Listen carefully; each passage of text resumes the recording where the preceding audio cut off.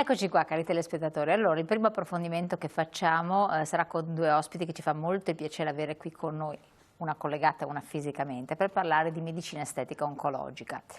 Tante donne subiscono purtroppo il periodo molto lungo per quando lo si vive, brevissimo nell'arco di tutta la vita, di patologia di tumore al seno, comporta delle conseguenze a volte anche di grande disagio per quel che riguarda l'aspetto estetico, a volte invece vengono vissute abbastanza bene, però sapere che ci sono delle persone che prendono a cuore questa situazione, che trovano delle soluzioni in base alla loro competenza e loro qualifica, non è cosa di poco conto. Noi in modo particolare puntiamo la lente di ingrandimento su queste due associazioni di cui abbiamo le rappresentanti, in modo particolare le presidenti, perché qui in studio, vi presento subito chi c'è qui con noi, abbiamo la dottoressa Marina Savastano, medico estetico, direttrice del servizio di medicina estetica oncologica, grazie di essere qui con noi. Buonasera a lei e a tutti i telespettatori. Presidente del in modo particolare lei è presidente di Salute Solidale e quindi ci racconterà di questa associazione. Volentieri. Collegati invece, quindi ben arrivata anche a lei, abbiamo Isabella Frigo che è presidente del comitato Andos Ovest Vicentino. Ben arrivata anche a lei, presidente. Grazie, buonasera. Allora, avete avviato un progetto, non solo voi, anche la LILT, in collaborazione con la LILT, molto bello, anche ambizioso, significativo, di valenza sociale, solidale ed estetica, diciamo così, per le pazienti oncologiche. Per capire bene tutto, innanzitutto lei presidente collegata, perché entrambi siete presidenti, allora una chiamerò dottoressa, l'altra presidente, che così è più chiaro. Ci racconti che cos'è l'Andos? L'Andos è l'acronimo di Associazione Nazionale Donne Operate al Seno. È un'associazione che è nata nel 1976 in Friuli e che poi si è sviluppata in molte parti d'Italia. Oggi si contano circa 55 comitati. Ecco, io presiedo il comitato Andos Ovest Vicentino, che è stato fondato nel 1998. E in pratica cosa consiste? Si vede che praticamente la donna operata al seno non si tratta solo di una malattia che deve essere guarita, perché le implicazioni sono molte. Implicazioni psicologiche, implicazioni appunto perché l'aspetto fisico cambia e viene toccata proprio la parte della femminilità e quindi c'è bisogno di un aiuto che vada oltre a quella che era il semplice intervento chirurgico, e da qui è cominciata a nascere tutta l'attività di supporto che noi facciamo, e tra le quali sicuramente la medicina estetica è un qualcosa che aiuta. Perfetto, la medicina estetica aiuta. Innanzitutto cos'è, dottoressa, la medicina estetica? Per non ingenerare dubbi, perché io appunto ho fatto la domanda, non è dermatologia. No, assolutamente. È una domanda molto lecita e mi fa piacere che l'abbia fatta, perché la medicina estetica non è ancora conosciuta.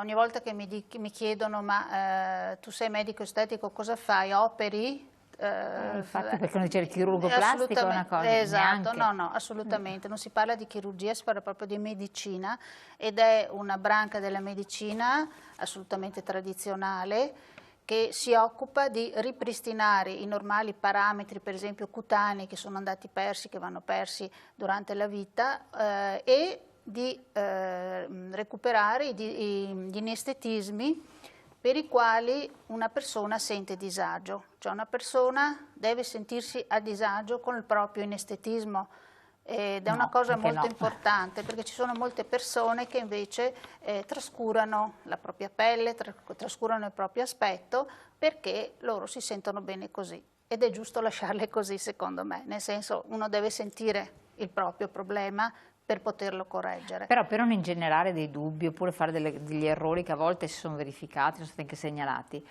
una persona si reca dal medico estetico con l'aspettativa di che tipo fino a che punto può spingersi il medico estetico rispetto all'estetista in senso stretto. Ma allora diciamo che la medicina estetica si pone tra l'estetista e il chirurgo plastico. Io ho sempre visto queste tre entità come un qualche cosa che possono creare un connubio, una sintesi, perché dove finisce il compito dell'estetista inizia quello del medico estetico, dove finisce quello del medico estetico inizia quello del chirurgo. La medicina estetica appunto non deve trasferirsi verso la chirurgia estetica, ma deve rimanere nel proprio ambito. Naturalmente, come in qualsiasi visita medica, si effettua una preliminare visita per capire quali problemi ci possono essere, perché anche semplicemente, parlavo prima della perdita dei parametri cutanei, elasticità, compattezza, luminosità, eccetera, eccetera, la perdita di questi componenti può già creare un inestetismo. Una pelle invece curata, elastica, compatta, luminosa, dà già la sensazione della bellezza già di per sé. Poi se ci sono altre problematiche si può chiaramente ricorrere a trattamenti che io insisto col dire devono essere assolutamente delicati, cioè un viso di una persona deve mantenere la propria fisionomia, i propri tratti, ed è da molti anni che io sostengo questa tesi, e devo dire che la maggior parte, anzi tutte quelle pazienti che si rivolgono a me, si rivolgono con questo intento. Infatti la prima cosa che mi dicono: mi raccomando, non mi faccia gli zigomi alla Ferilli o la bocca alla Parietti, ecco. Quindi non stravolgere, ma semplicemente restituire quello che una persona ha perso. Quindi diciamo non fatti interventi invasivi, se non fosse assolutamente, magari... Assolutamente. Però le iniezioni certo. di... Sì, certamente, ma quelli... Allora l'invasività non sta nel non fare punturine, ma nel risultato che si può ottenere. Ecco. Perfetto. E queste punturine benedette le può fare soltanto un medico? Assolutamente sì. Questo è bene precisarlo, sì, perché altrimenti c'è chi va certo. a farsele fare da altre persone, però può essere allora, rischioso. ripeto, prima di tutto ci vuole una visita medica, per cui bisogna anche capire che cosa manca nella pelle della nostra paziente, cosa si può fare per restituire i parametri che sono necessari per una pelle sana. E quindi e poi abbiamo in mano delle sostanze che non sono acqua distillata, quindi bisogna saperci maneggiare. Dopo entreremo anche nel merito specifico di questo. Però appunto, come ho chiesto anche alla Presidente prima di Andos, lei mi dice è Presidente di questa associazione che è interessante perché effettivamente si occupa di salute solidale. Certo. Quando è recentissima, le diceva. La salute solidale sì, è un'idea che era nata a me e a un carissimo collega, purtroppo mancato precocemente. Ci eravamo detti: sta aumentando la povertà, questo circa 5-6 anni fa. Pensiamo adesso invece siamo ancora in situazioni peggiori. Comunque avevamo già notato questo senso di disagio della popolazione che addirittura trascurava di curarsi per mancanza di possibilità economiche. Cosa possiamo fare noi? Abbiamo detto: perché non costituiamo un'associazione di colleghi, ognuno nella sua branca specialistica, per poter aiutare appunto le persone indigenti, quelle che non ce la fanno nemmeno a pagarsi il ticket per la visita, oppure fanno la visita, poi il medico prescrive, pur con l'impegnativa, la cura, ma non vanno a prendere in farmacia i farmaci perché costano comunque, perché una volta, adesso l'hanno tolto, ma c'erano anche i 10 euro famosi per ogni ricetta. Quindi siamo partiti così. Ecco, abbiamo interpellato vari colleghi e il mio dubbio era questo: ma dico, cosa vuoi che il mio collega tal dei tali, che è primario di qua, l'altro che non avranno tempo, mi hanno sempre tutti detto sì, volentieri, e questa è stata una grande soddisfazione. Siamo partiti in 10, adesso siamo più di 75 tra medici, paramedici e anche altro personale che naturalmente ci deve seguire dal punto di vista amministrativo burocratico, quindi avvocati. Per quanto riguarda un territorio limitato, un bel piccolo esercito. Esatto. E quindi siamo soddisfatti perché Salute Solidale si è espansa molto. Abbiamo anche avuto problemi di tipo come trovare l'ambulatorio, che all'inizio c'era stato messo a disposizione dal Comune di Vicenza, però ogni volta ci sentiamo un po' stretti perché allargandoci di più abbiamo sempre bisogno di più spazi. Però ce l'abbiamo sempre fatta e siamo molto orgogliosi, molto fieri di quello che stiamo facendo. Tengo a precisare che anche adesso nel periodo Covid abbiamo molti impegni. Per esempio ci occupiamo 7 giorni su 7 dalle 8 alle 20 di un'attività rivolta alla protezione dei senza tetto. Quindi siete trasversali praticamente, sì, quindi non vi occupate soltanto di una questione ma anche di diverse questioni sociali. Presidente, chiedo a lei invece che il Presidente Frigo, da che cosa nasce questa iniziativa rivolta alle donne invece che hanno questa patologia oncologica? Quindi voi avete convocato anche la LILT, se non erro, qui degli Stati Uniti, all'associazione di cui stiamo parlando, la vostra... È il contrario. Vi siete stati agganciati? Sì. Ci dica, ci racconti. Sì, ecco, come dicevo, per star bene, per passare il periodo della malattia, servono tante cose, serve la cura, ma serve anche una tranquillità psicologica, serve volersi bene, serve anche continuare a riconoscersi perché in determinati momenti non ci vediamo più, non dici ma chi è quella lì allo specchio, non sono io. Ecco, e Andos è da molti anni che sta facendo dei percorsi per aiutare le donne, le amiche che vivono il momento della malattia anche col supporto psicologico, ma anche con un supporto di aiuto, ad esempio per quello che è il trucco, insegnare come si fa a truccarsi, insegnare come il discorso della parrucca, quindi anche del mettere in contatto dove ci sono negozi che vendono la parrucca con le persone, oppure l'uso dei foulard, insomma cose molto pratiche, insomma, molto pragmatiche, insomma, come interventi. Sì, esatto, noi è quello il risultato che dobbiamo trovare, insomma.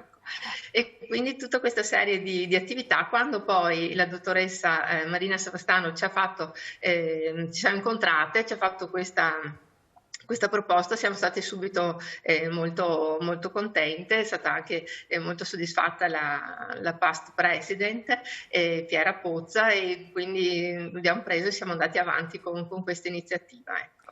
Allora, come si articola questa iniziativa? Che cos'è? Allora, intanto devo precisare che si parla adesso per quanto riguarda la malattia oncologica del seno, si parla di unità, breast unit, in cui la paziente può entrare e fare tutto un percorso dalla diagnosi alla terapia chirurgica, alla terapia oncologica o chemio radio, fino alla guarigione. E in questa breast unit sono coinvolte parecchie entità, dal radiologo, senologo, al chirurgo plastico, all'estetista, allo psicologo, insomma, tutta una serie di ovviamente professionisti che appunto devono ognuno curare e migliorare quello che è il particolare aspetto di cui si occupano. Manca la medicina estetica. Ecco perché mi è venuta l'idea della medicina estetica oncologica. Cosa può fare il medico estetico oncologico per una donna? Innanzitutto una breve Aspetta, prima di entrare nel merito, sì. Perché io sono partita più che altro proprio perché ero curiosa, ho visto questo progetto, come tutti i progetti sociali sono interessanti. Cos'è questo progetto di medicina estetica oncologica, progetto promosso da Salute Solidale in collaborazione con Andos Ovest di Vicentino e la LILT di Vicenza? Rivolto nella fattispecie a tutte le donne di Vicenza, poi parlandone si spera che possa diventare esteso oltre i confini del territorio, perché come dicevamo fuori onda non si può limitare un territorio alla buona volontà di associazioni. Per diffondere. Ma che cos'è questo progetto? Benessere e bellezza per le donne oncologiche, diciamo per le donne oncologiche soprattutto quelle operate al seno, perché in difficoltà economica. In difficoltà economica, ecco, certo, più o meno in difficoltà economica, certo, perché sì. oggigiorno I trattamenti medico-estetici sono, ahimè, ancora costosi. Quindi non è detto che tutte possano accedere a questi tipi di trattamento. Per questo che abbiamo pensato di riservare dei trattamenti, di visite mediche, trattamenti gratuiti per veramente le indigenti, quelle che assolutamente non potrebbero mai avvicinarsi, ma anche per quelle che non si avvicinerebbero mai, ma con prezzi calmierati magari sì, possono infatti. anche accedere. Anche perché uno ha già magari delle spese per determinate cose, Esattamente. cioè, si aggiungono queste. Abbiamo detto appunto fuori onda, in questo periodo più che mai, visto che il Covid-19 ci porta non solo a grossissimi problemi di salute, ma ahimè anche economici. Dicevo, dal punto di vista statistico non dimentichiamo che il tumore al seno è in aumento purtroppo ed è il primo tipo di tumore che colpisce la donna.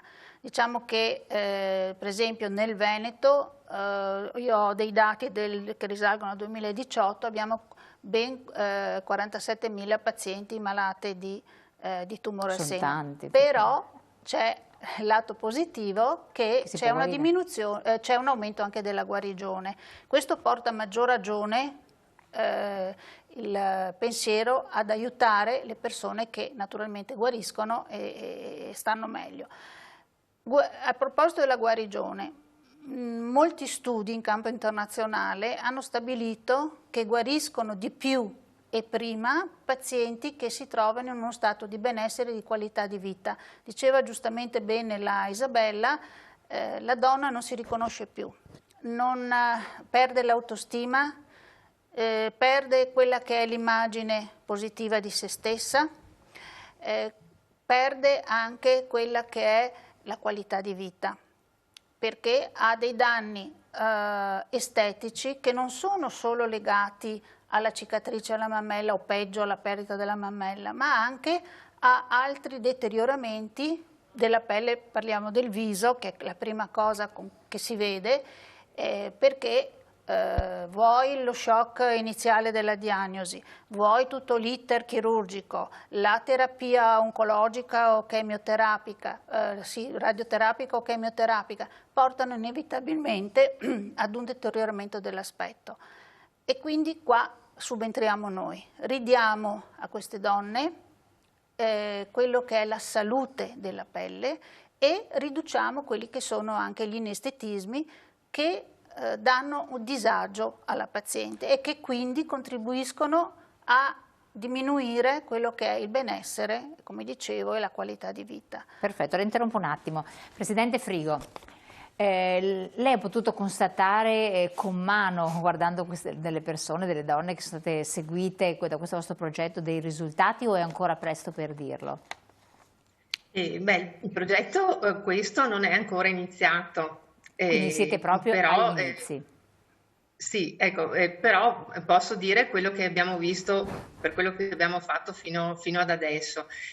Sicuramente, come ho detto prima, il rivedersi come si è, o il vedersi meglio, o il vedersi magari anche con i capelli un po' più in ordine, evitare tutte quelle che sono le problematiche legate appunto anche alla terapia, quei problemi che vengono normalmente quando viene fatto la chemioterapia o la radioterapia. Ecco, questo aiuta e li abbiamo già visti, perché appunto nel corso degli anni abbiamo visto questo benessere che crea nella persona, e per quello abbiamo subito voluto condividere questo progetto, perché sappiamo l'importanza che ha per la donna e a cascata per tutta la famiglia anche assolutamente, della donna, per le relazioni familiari anche relazioni, di coppia, questo certo. è fondamentale. Infatti lei, dottoressa, diceva si interviene psicologicamente fondamentalmente, ma questo di cui lei mi sta parlando sono interventi che sono salutari per la persona o sono soltanto di make-up estetico, poi uno alla fine poi torna a casa, si trova davanti allo specchio e tale quale è prima? Certamente non è un intervento meramente estetico. Cioè, quello che andiamo noi a ripristinare è un qualche cosa che, seppur non dura per la vita, però dura per un certo periodo. Fondamentale dal punto di vista psicologico. Diceva giustamente Isabella, e come tutte siamo così, penso, quando andiamo dalla parrucchiera, siamo ben pettinate, siamo truccate, certo. abbiamo le unghie a posto, ci sentiamo meglio, c'è poco da fare. Quindi immaginiamo queste donne che, ripeto, è una situazione assolutamente strana all'inizio, perché si subisce uno shock tremendo alla diagnosi, parlare di cancro, no? Già questo terrorizza. E poi tutto l'iter, voi sapete che per considerarsi guariti e anche ci vogliono almeno 5 anni. Quindi è lunga. La interrompo un attimo. Che abbiamo una pubblicità, quindi seguiteci perché adesso ci racconterà bene un po' come si articola, anche quali sono le strategie che possono essere utilizzate, sempre anche con l'intervento da remoto della Presidente Frigo. Tra poco.